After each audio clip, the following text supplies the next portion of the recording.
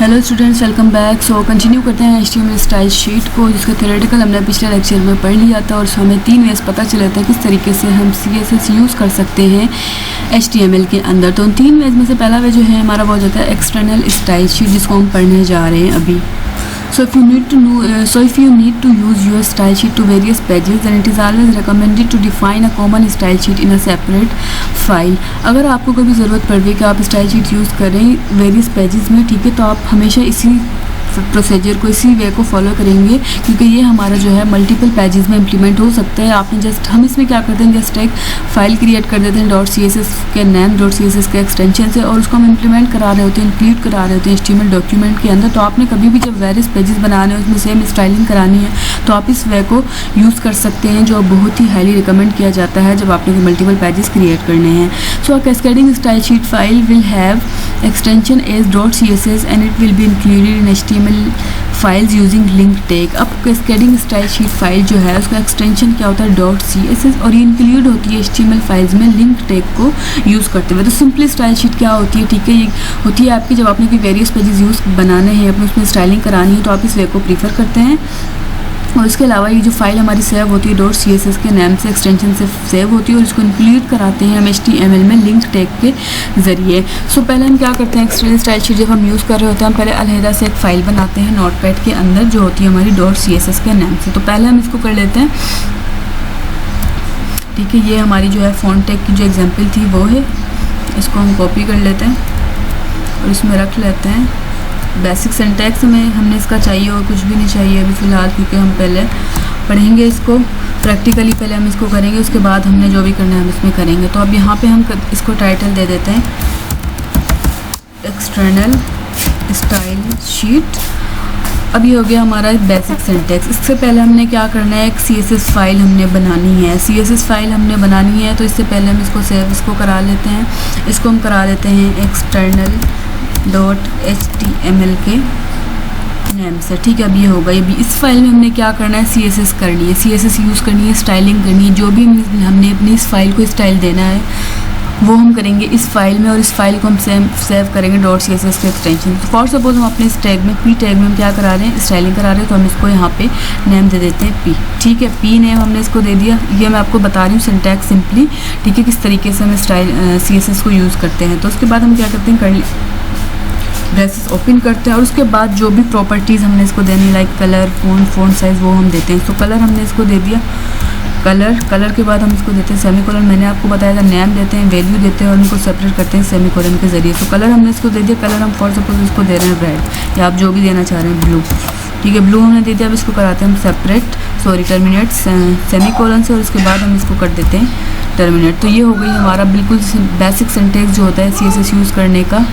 सो ये हमने बना लिया बेसिक सिंटैक्स अपने, ठीक है, मतलब हमने अपनी फ़ाइल बना ली एक छोटी बेसिक सी, बिल्कुल किस तरीके से हम CSS यूज़ करते हैं, ठीक है, इस तरीके से हम यूज़ करते हैं। इसके अलावा आपने जितनी भी यूज़ करनी है, जितनी भी स्टाइलिंग करानी है, जितने भी टेक्स्ट को, पैराग्राफ को, कंटेंट को आपने क्या कराना है, स्टाइल कराना है, आप इसी पेज के अंदर ले सकते हैं। कैसे ले सकते हैं, जो भी जिस भी पैराग्राफ में, जिस भी लाइन में आपने कराना है, उसका नेम देकर उसको कलर स्टाइलिंग करा सकते हैं उसकी। तो ये हो गया सिंपल। अब इसको कराते हैं हम सेव हम इसको करा देते हैं फॉर सपोज ब्लू, हमने इसको कलर दिया है blue.css। मेन जो टास्क फोकस है इसका वो क्या है, .css का एक्सटेंशन हमने इसको देना है। तो ब्लू नाम आप जो भी दे रहे हैं, जिस नाम से इसको सेव करा रहे हैं हम दे सकते हैं। एक्सटेंशन आपने रखना है .css फाइल के अंदर। तो इसको करा दिया हमने सेव, ठीक है। अब सेव करा दिया, अब हम आ जाते हैं अपनी HTML फाइल के ऊपर, ठीक है। ये बिल्कुल बेसिक जो हमारा प्रोग्राम होता है वो है। अब हमने क्या करना है, इसको लिंक कराना है। लिंक हम कहाँ पे कराएंगे, हेडर सेक्शन में, टाइटल के बाद हम इसको कराएंगे लिंक, ठीक है। लिंक हमने ओपन किया, उसके बाद हम इसको देंगे रियल में हम देंगे इसके स्टाइल शीट हम बताएंगे। ये जो होता है ये समझ लें आप, इसके बेसिक कंपोनेंट है जो इसमें यूज़ होने हैं। जो मेन फोकस इस लिंक टैग के अंदर होगा वो होगा हमारा URL, ठीक है। क्या होगा, URL हमारा होगा, जो आ जाता है href के अंदर, मतलब हाइपरटेक्स्ट रेफरेंस के अंदर। अब इस हाइपरटेक्स्ट रेफरेंस के अंदर हम देते हैं जो एक्चुअल एड्रेस हमारा होता है, लाइक ये जो फाइल हमने अपनी बनाई है, और जहाँ आप अपनी HTML फाइल रख रहे हैं वहीं आप ये रखें तो ज़्यादा बेहतर है। अदरवाइज़ आप इसको फ़ोल्डर बना के भी आप इसका एड्रेस दे सकते हैं। मैं इसको एक ही फ़ोल्डर में रख रही हूँ फ़िलहाल, ठीक है, ताकि हमें समझने में, पढ़ने में आसानी हो जाए। तो अब एक्सटर्नल वाली जो हमारी फ़ाइल है उसमें हम आ जाते हैं। इसको हमें कराना है लिंक इस फाइल को, क्योंकि स्टाइलिंग हमने कहा कि एक्सटर्नल स्टाइल शीट हम कर रहे हैं, इसकी स्टाइलिंग हमने कर ली है इस वाली फ़ाइल में। तो इसको सेव कर दिया हमने ब्लू का नाम से, और ये फाइल हमारी वहीं पे पड़ी हुई है जहाँ पे ये एक्सटर्नल फाइल है। तो हम क्या करेंगे, हाइपरटेक्स्ट रेफरेंस में इस फाइल को लोड करा देंगे, इंक्लूड करा देंगे इस HTML डॉक्यूमेंट के अंदर इस href एट्रीब्यूट को यूज़ करते हुए। तो इस फाइल का नेम जो है जस्ट हमने वो करना है blue.css, ठीक है। इस तरीके से, जिस तरीके से हम इमेज अपनी इंसर्ट करा रहे होते हैं, लिंक हमने पढ़े हैं HTML के अंदर, वो हम कराते हैं इंसर्ट, तो ऐसे कराते हैं। अब हम आ जाते हैं, इसको कर देते हैं यहाँ पे क्लोज, इसको यहाँ पे हमने कर दिया क्लोज, ठीक है। ये हो गया हमारा लिंक। अब लिंक ये हमारा हो गया, तो अब इसको सेव कराया हुआ है हमने पहले ही, ठीक है। अब हम इसको कराते हैं रन, सेव करा के हम इसको कराते हैं रन। तो एक्सटर्नल की हमारी जो फाइल है इसको हम कराते हैं ओपन। तो अब आप देख रही हैं जो आपका हेलो वर्ड था, ठीक है, इसको अपने स्टाइल तो यहाँ कराया था इस फाइल में, ठीक है, लेकिन ये कलर चेंज होके आ रहा है इस फाइल के अंदर। क्यों? क्योंकि हमने इसको लोड करा दिया, हमने इस अपनी फ़ाइल को blue.css की फ़ाइल को लोड करा दिया है इस HTML डॉक्यूमेंट के अंदर। तो ये सिंपली यूज़ था कि इसका एक्सटर्नल स्टाइल शीट का कैसे हम एक सेपरेट फाइल क्रिएट करके उसको लोड करा सकते हैं एक्सटर्नल। अब हम करने जा रहे हैं इसकी एग्जाम्पल आईडी और क्लास की फॉर्म में, मतलब कैसे आप different classes different ID create कर सकते हैं, ठीक है, और फिर आप उसको लोड करा सकते हैं जहाँ जिस पेज में आपने करानी है। ID क्लास जब हमने पढ़े तो हमने यही पढ़ा था कि यूनिकली जो आइडेंटिफिकेशन हम करते हैं उसके लिए हम यूज़ करते हैं ID इन क्लास। तो क्लास की एग्जांपल हम करने जा रहे हैं अभी। उसके लिए हमने क्या करना होगा, इस फाइल को मतलब कि अपनी CSS फाइल जो है उसमें क्रिएट करना होगा। तो हम यहाँ पे ले लेते हैं न्यू, ठीक है। अभी न्यू हम ले लेते हैं, ठीक है। यहाँ पे हम क्या करें, पहले CSS फाइल क्रिएट करें। अब क्लास क्रिएट करने का हमें तरीका पता है, हम कैसे क्लास जो है वो क्रिएट करते हैं डॉट से। डॉट से अब आप जो भी नाम यहाँ पर ले रहे हैं, ठीक है। उसके बाद आप वही सिंटैक्स हमारा जो हम करते हैं, कर्ली ब्रेसेस ओपन की, उसके बाद हम ले लेते हैं इसको कलर कॉलन के बाद आप जो भी कलर इसको देना चाह रहे हैं, फॉर सपोज ग्रीन देना है आपने इसको, सॉरी यहाँ पे आएगा कॉलन, और यहाँ पे इसको कर देते हैं हम टर्मिनेट और कर देते हैं ब्रैकेट क्लोज। तो इस तरीके से हम सिंपली देते हैं क्या, क्लास। अभी एक क्लास हो गई हमारी, ठीक है। अब हम करते हैं जितने पैराग्राफ्स को हम देना चाह रहे हैं, एक ही पैराग्राफ को हम डिफरेंट क्लासेस सेम देना चाह रहे हैं, तो हम जस्ट क्या करेंगे, इस क्लास को कॉल करते जाएंगे, ठीक है। फॉर सपोज आपका ये डॉक्यूमेंट है, ठीक है, आपका ये डॉक्यूमेंट है। अब आप इसको क्या कर रहे हैं, कॉपी कर लें, सॉरी इसको हम कर देते हैं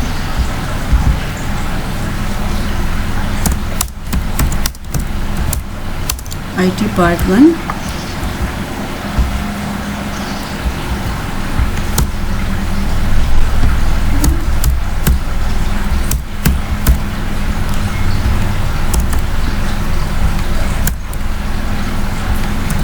ठीक है। अब इसमें हम करना चाह रहे हैं स्टाइलिंग, ठीक है। अभी 4 पैराग्राफ, हम चाहे तो सेम स्टाइलिंग कर सकते हैं, या हम चाह रहे हैं कि भाई डिफरेंट हम स्टाइलिंग करें इसको, ठीक है। तो अब यहाँ पे इसको एक क्लास बन गई रेड, दूसरी हम बना देते हैं इसको ऑरेंज के नाम से, और इसको कर देते हैं। अब इसको कलर हमारी मर्जी है, हम जो देना चाह रहे हैं, ऊपर हमने ग्रीन दिया, नीचे हम पिंक दे रहे हैं, पिंक दे सकते हैं हम, ठीक है। इसको कर दिया हमने टर्मिनेट, ठीक है, ये हो गई क्लोज। अब उसके बाद आ जाते हैं हमारा ये वाली क्लास हमने एक बना ली, ठीक है। ये वाली क्लास बनाने के बाद हमने क्या किया, इसको ओपन किया और कलर हम अपना दे देंगे इसको जो भी हम देना चाह रहे हैं, फॉर सपोज हम दे रहे हैं ब्लू, ठीक है, ब्लू हमने दे दिया, इसको करा दिया हमने टर्मिनेट। अब आ जाते हैं नेक्स्ट जो हमारा पैराग्राफ है उसके ऊपर जो भी हम कलर देना चाह रहे हैं, लाइक अब दे दें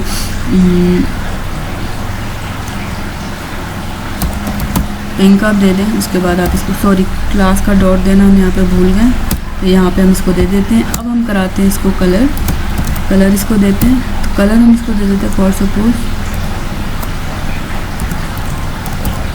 पर्पल, हमने इसको दे दिया कलर, ठीक है। तो ये हो गई हमारी क्या, CSS फाइल एक क्रिएट हो गई। इसको सेव कराते हैं हम एक्सटर्नल clause.css, ये एक्सटेंशन आपने याद रखना है। CSS फाइल जब भी आपने बनानी है, .css के एक्सटेंशन को यूज़ करना है, ठीक है। ये हो गया। अब आ जाते हैं हम इस एक्सटर्नल फाइल के ऊपर, अपने के ऊपर, ठीक है। अब हम क्या करते हैं, इसको लोड कराते हैं। पहले तो हमने इसका लिंक चेंज करना है, ठीक है। कैसे, पहली हमारी फ़ाइल थी ब्लू के नाम से, अब हमारी फ़ाइल किस नाम से है, एक्सटर्नल class.css के नाम से हमारी ये फाइल जो है वो सेव है इसी फोल्डर में जहाँ पे हमारा ये HTML डॉक्यूमेंट है। ठीक है, तो ये हो गया। अब हम क्या करेंगे कि यहाँ देखेंगे हमने पहला जो अपनी आईडी क्लास जो है वो किस नेम से, रेड के नाम से। तो हम यहाँ पे करेंगे क्या, इसको क्लास के नाम से कॉल करेंगे। ठीक है, क्लास हमने वहाँ पे क्रिएट कर दी है, डॉट का एक्सटेंशन, डॉट हमने डॉट से स्टार्ट किया मतलब क्लास है। उसके बाद हम क्या करेंगे, इसको जस्ट यहाँ पे कॉल कर देंगे रेड। ठीक है, रेड हम यहाँ पे कॉल कर देंगे। इसी तरीके से इसको हम क्या करेंगे, जस्ट यहाँ पे कॉल कर देंगे जिस भी नेम से हमने ये बनाई है, लाइक ऑरेंज नेम से हमने बनाई है, हम इसको यहाँ पे कॉल कर देंगे। इसी तरीके से इसमें हम करेंगे क्लास। ठीक है, अब यहाँ पे येलो है, यहाँ पे हम इसको कर देते येलो। ठीक है, एंड यहाँ पर हमारी फोर जो क्लास है वो है पिंक के नाम से। ठीक है, सो ये हो गई हमारी क्लासेस। यहाँ पे हमने इसको क्या किया, क्रिएट कर दी, CSS फाइल हम अपनी क्रिएट कर दी, यहाँ पे हमने इसको करा दिया लोड। तो अब यहाँ पे जस्ट हमने क्या किया, इसको कॉल कर लिया। ऐसे जस्ट जिस नाम से हमने अपनी क्लासेस क्रिएट की थी, रेड ऑरेंज, पूरा लिखने के बजाय फॉर सपोज आप यहाँ पे इसका फ़ॉन्ट भी चेंज करा रही है। और कैसे कराएंगे, फ़ॉन्ट साइज़ हो गया, उसके बाद आप इसको जो भी साइज़ देना चाह रहे हैं, फॉर सपोज 25 आप देना चाह रहे हैं। ठीक है, इस तरीके से। इसके अलावा यहाँ पे आप देना चाह रहे हैं फ़ॉन्ट साइज़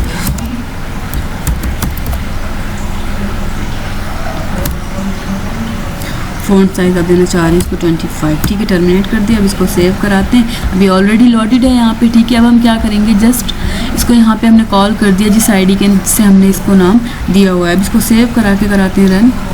तो अब इसको सेव करा के जब हमने कराया रन, तो ये आप देख रहे हैं जिसका साइज़ हमने चेंज किया, कलर हमने सबका चेंज किया, तो ये सबका चेंज होके आ गया। ठीक है, लेकिन साइज़ हमने सिर्फ फर्स्ट एंड थर्ड का चेंज किया, तो ये इस तरीके से चेंज होकर आ गया है। तो इस तरीके से हम जब आईडी या क्लास हमें अपनी यूज़ करनी है, इनको यूज़ करके CSS फाइल बना के उसको इम्प्लीमेंट कराना है HTML, तो ऐसे करा सकते हैं। क्लास का मैंने आपको करा दिया, सिंपली मैंने आपको सिंटैक्स बता दिया इसका CSS का। अब आप आईडी में खुद करके इसको देखिएगा किस तरीके से ये यूज़ होता है। तो एक्सटर्नल स्टाइल शीट हमारी हो चुकी है। अब हम चलते हैं इंटरनल स्टाइल शीट्स की तरफ। सो एक्सटर्नल स्टाइल शीट हो गए। अब हम पढ़ने जा रहे हैं इंटरनल स्टाइल शीट को। इसको भी थ्योरेटिकली हम देख चुके हैं, इसका ओवरव्यू ले चुके हैं। अब इसको हम करेंगे प्रैक्टिकली। तो इसमें होता क्या, actually if you want to apply style sheet rules to a single document only, then you can include those rules in header section of the HTML document using style tag. अब इस external जब हमने पढ़ी तो हमने क्या पढ़ा, multiple pages को, वेरियस पेजेस को आपने देनी है, स्टाइलिंग उनकी करनी है। तो आप क्या करेंगे, एक्सटर्नल स्टाइल शीट को यूज़ करते हैं। अगर आपने एक ही पेज को, एक ही डॉक्यूमेंट को, सिंगल डॉक्यूमेंट को स्टाइल करना है, स्टाइल शीट रूल्स देने हैं, तो आप क्या करेंगे, इस इंटरनल स्टाइल शीट को यूज़ कर सकते हैं। और ये कैसे यूज़ होते हैं, आप इनके इस स्टाइल शीट के रूल्स को आप क्या करते हैं, हेडर सेक्शन के अंदर किसी भी अपने HTML डॉक्यूमेंट के अंदर यूज़ करते हैं, स्टाइल टैग को यूज़ करते हुए। Rules defined in internal style sheet overrides the rules defined in an external CSS file. अब इसमें जो रूल्स होते हैं वो as compare to external CSS file के ऊपर ज़्यादा निस्बत रखते हैं। वो कैसे कि इसमें हम सिर्फ एक ही फाइल में इनकी स्टाइलिंग करा रहे होते हैं, लेकिन उससे क्या उसका ड्रॉबैक आ जाता है कि आपने अगर मल्टीपल पेजेस में वही स्टाइलिंग करानी है तो उसके लिए आपको हर पेज पे अलग अलग स्टाइलिंग देनी होगी। जबकि एक्सटर्नल की जब हम बात करते हैं तो उसमें हम एक फ़ाइल क्रिएट कर देते हैं .css, उसको आईडी और हैश करूँ आईडी क्लास जब हमने उसमें यूज़ करते हैं तो हम उसको जस्ट कॉल कर लेते हैं और वो चेंजिंग हो जाती है, मतलब स्टाइलिंग हो जाती है। जैसे हमने अभी करके देखी, हमने एक अपनी CSS फाइल में जब हमने एक्सटर्नल के एग्जाम्पल की, एक फ़ाइल में चेंजिंग कर दी, उसके बाद जो भी हम चेंजिंग करना चाह रहे हैं उसमें वो हो जाएगी। फॉर सपोज आप यहाँ पे क्या कर रहे हैं, इस CSS फाइल में इसको कलर दे देते हैं यहाँ पे रेड। तो इसको सेव करा के जब आप यहाँ पे रन कराएंगे तो ये देख रहे हैं आप यहाँ पे चेंजिंग हो जाएगी। मतलब कि आपने अगर कुछ चेंज कराना है तो आपने CSS फाइल में चेंज कराना है, इस फाइल को नहीं छेड़ना। आपने जस्ट इसको चेंज करा के इस फाइल को जो भी चेंजिंग आप करा रहे हैं उसको सेव करा के आप रन कराएंगे तो ये आपका आउटपुट आपको मिलेगा। तो इंटरनल स्टाइल शीट की हम बात कर रहे हैं, इसके एग्जाम्पल हम करके देख लेते हैं ये कैसे होती है। हेडर सेक्शन में हमने अपना स्टाइल टैग इसमें यूज़ करना होता है। सो आ जाते हैं हम, ठीक है, इसको हम कर देते हैं इंटरनल स्टाइल शीट की हमारी एग्जाम्पल है। ठीक है, इसमें हमारा लिंक का कोई काम नहीं होता क्योंकि हमने इसको लिंक नहीं कराना, हमने इसमें से कुछ भी नहीं करना, हमने स्टाइलिंग इसमें इसी फाइल के अंदर करनी होती है। तो कहाँ पर होती है, हेडर सेक्शन के अंदर होती है। कैसे होती है, हम यहाँ पे ओपन कर देते हैं स्टाइल टैग को। स्टाइल टैग के ओपन करके हम बताते हैं टाइप जो है हमारी टेक्स्ट। ठीक है, ये हो गया। इसको कर देते हैं यहाँ पे क्लोज। अब इसको क्लोज करने के बाद हम क्या करते हैं, हमने जो भी स्टाइलिंग अपनी करनी है, कैसे करनी है, स्टाइल टेग तो ओपन हो गया। उसके बाद जो भी हमने करनी है, फॉर सपोज यही स्टाइल हम करना चाह रहे हैं, इसी तरीके से हमारी स्टाइलिंग होती है। आप यहाँ पे एक क्लास क्रिएट कर दें फॉर सपोज डॉट रेड के नेम से। उसके बाद आप इसको कर देते हैं ओपन। उसके बाद आपने जो भी इसको कलर देना है, फॉर सपोज हमारी एग्जाम्पल हुई हुई है तो हम इसको ऐसे ही करा देते हैं। इसको हम ले लेते हैं यहाँ पे Ctrl+C करके हम कर देते हैं इसको कंट्रोल में। ठीक है, तो स्टाइल हो गया। अब जो हमने जिस अपना पैराग्राफ को, फॉर सपोज ये हमारे पैराग्राफ है सारे, ठीक है, जिस पर हमने स्टाइलिंग करनी है, आपने क्या करना है, हर उस पर इसको स्टाइल कर देना है। रेड हो गया हमारा। ठीक है, हमने चारों को स्टाइल किया हुआ है, हमने यहाँ पे भी इसको चारों को हम स्टाइल कर देंगे इस तरीके से। ठीक है, सो ये हो गया। अब इसको हम क्या करेंगे, स्टाइल टैग को कर देंगे क्लोज। स्टाइल टैग को हमने कर दिया यहाँ पे क्लोज, और यहाँ पे हमारा हेड टैग जो था वो भी क्लोज हो गया। उसके बाद जो ओपन हो गई है हमारा बॉडी टैग ओपन हो गया, जिसमें हमने क्या किया है, जस्ट ये जो क्लास हमारी बनी हुई है उनको हमने कॉल किया हुआ है। फ़र्क क्या है दोनों में, उसमें आपने अलग फाइल क्रिएट करके स्टाइलिंग की थी, इसमें ऐसा कुछ भी नहीं है। इसमें जस्ट आपने स्टाइल टैग को यूज़ करते हुए हेडर सेक्शन के अंदर ही अपनी स्टाइलिंग कर दी है। तो इसको सेव एज कराते हैं और कराते हैं रन। internal.html.css का इसमें कोई चक्कर नहीं, क्योंकि हमने इसमें एक अलहदा फ़ाइल नहीं बनाई, हमने इसमें जस्ट एक ही अपनी HTML की फ़ाइल बनाई है, जिसमें हमने क्या किया है, स्टाइलिंग कर दी है। तो इसको सेव करा के हम कराते हैं रन। सो इसको रन कराते हैं तो अब ये देखें ये चेंजिंग ऐसी हो कह रही है। अगर अब हम इसको चेंज कर दें, फॉर सपोज हम यहाँ पे इसको ब्लू कर दें, ठीक है, ब्लू हमने इसको कर दिया, सेव कराया और कराते हैं रन।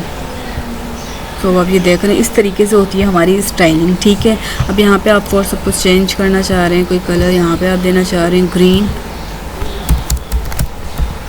हो सकती है साइज़ को आप कराना चाह रहे हैं 2, तो ये भी हो सकता है। कैसे हो सकता है, जहाँ पे आपने स्टाइलिंग की है वहाँ पे आपने चेंजिंग करानी है। तो इस तरीके से हमारा इनलाइन स्टाइल शीट जो है वो यूज़ होता है। अगर आपने कोई सिंगल डॉक्यूमेंट में चेंजिंग करानी है तो आप इस वे को, इस स्टाइल CSS के वे को यूज़ करते हुए करा सकते हैं। तो 2 वे हमारे हो चुके हैं। अब हम चलते हैं नेक्स्ट की तरफ, जो है हमारा इनलाइन स्टाइल शीट।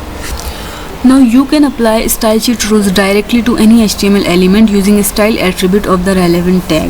अब inline style sheet जब हमने बेसिक, इससे पहले वाली जो वीडियो, इससे पहले वाला जो लेक्चर है उसमें हमने क्या किया, 2 एग्जांपल की थी, एक तो सिंपल, दूसरी की थी हमने स्टाइल शीट की मदद से। ठीक है, तो उसमें हम कौन सा वे जो है वो यूज़ कर रहे थे स्टाइलिंग का, इनलाइन स्टाइल शीट। उसमें जब क्या होता है कि जस्ट आप ओपनिंग टैग, जिसमें भी आपने, जिस टैग में आपने अपनी स्टाइलिंग करानी है, उसको ओपन करके उसमें स्टाइल एट्रीब्यूट यूज़ करते हुए आप चेंजिंग करा देते हैं, तो वो वे हमारा कहलाता है इनलाइन स्टाइल शीट।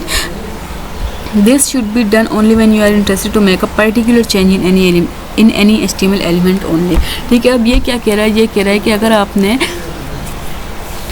पूरे मतलब मल्टीपल पेजेस को चेंज कराना है, उसकी स्टाइलिंग करानी है, तो आप क्या करेंगे, एक्सटर्नल स्टाइल शीट को यूज़ करेंगे।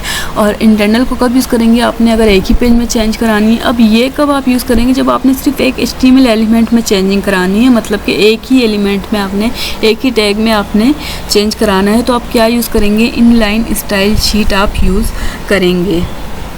Rules defined in line with the element override the rule defined in an external CSS file as well as the rules defined in style element। अब इसमें जो रूल्स होते हैं as compare to external element ज़्यादा निस्बत रखते हैं। ठीक है, अब सिमिलरली जो पिछला वाला हमारा एग्जाम्पल थी उसको ही हम स्टाइल करके देख लेते हैं। जिस तरीके से हमने पीछे अपने बेसिक एग्जाम्पल किए थे उसमें हमने किया था, जो हमारी एग्जाम्पल थी फ़ॉन्ट के नेम से। ठीक है, इसमें जो एग्जाम्पल है ये हमारी कहलाती है इनलाइन स्टाइल शीट की एग्जाम्पल कहलाती है। आप यहाँ भी इसको देख सकते हैं, इसकी एग्जाम्पल मैंने लिखी हुई है। ठीक है, इसमें क्या हो रहा है, जस्ट आप एक एक लाइन को जब आपने चेंज कराना है तो आप ये करेंगे। फॉर सपोज आपने इस लाइन को देना है कलर रेड, इसको देना है कलर पिक्सल, इसके फ़ॉन्ट इसका आपने चेंज कराना है, जो भी आपने चेंज करानी है दोनों आपने करानी है। तो ये हो गई हमारी फ़ॉन्ट की एग्जाम्पल। ठीक है, हम क्या करेंगे, इसमें कलर हमने दे दिया इसको ग्रीन और फ़ॉन्ट दे दिया हमने इसको 25। ठीक है, इसी तरीके से आप कोई और अपना टैग ले लें। ठीक है, ठीक है, ये हो गया आपका पैराग्राफ टैग। अब इसमें आप करा रहे हैं स्टाइल एट्रीब्यूट को यूज़। कैसे कराते हैं आप, इसमें आपने दे दिए फॉर सपोज फ़ॉन्ट साइज़, आप जस्ट इसका चेंज करा रहे हैं, तो फ़ॉन्ट साइज़ के लिए आपके पास फॉर सपोज आप करा रहे हैं 21 पिक्सल, तो ये हो गया आपका फ़ॉन्ट साइज़। उसके बाद आप दे देते हैं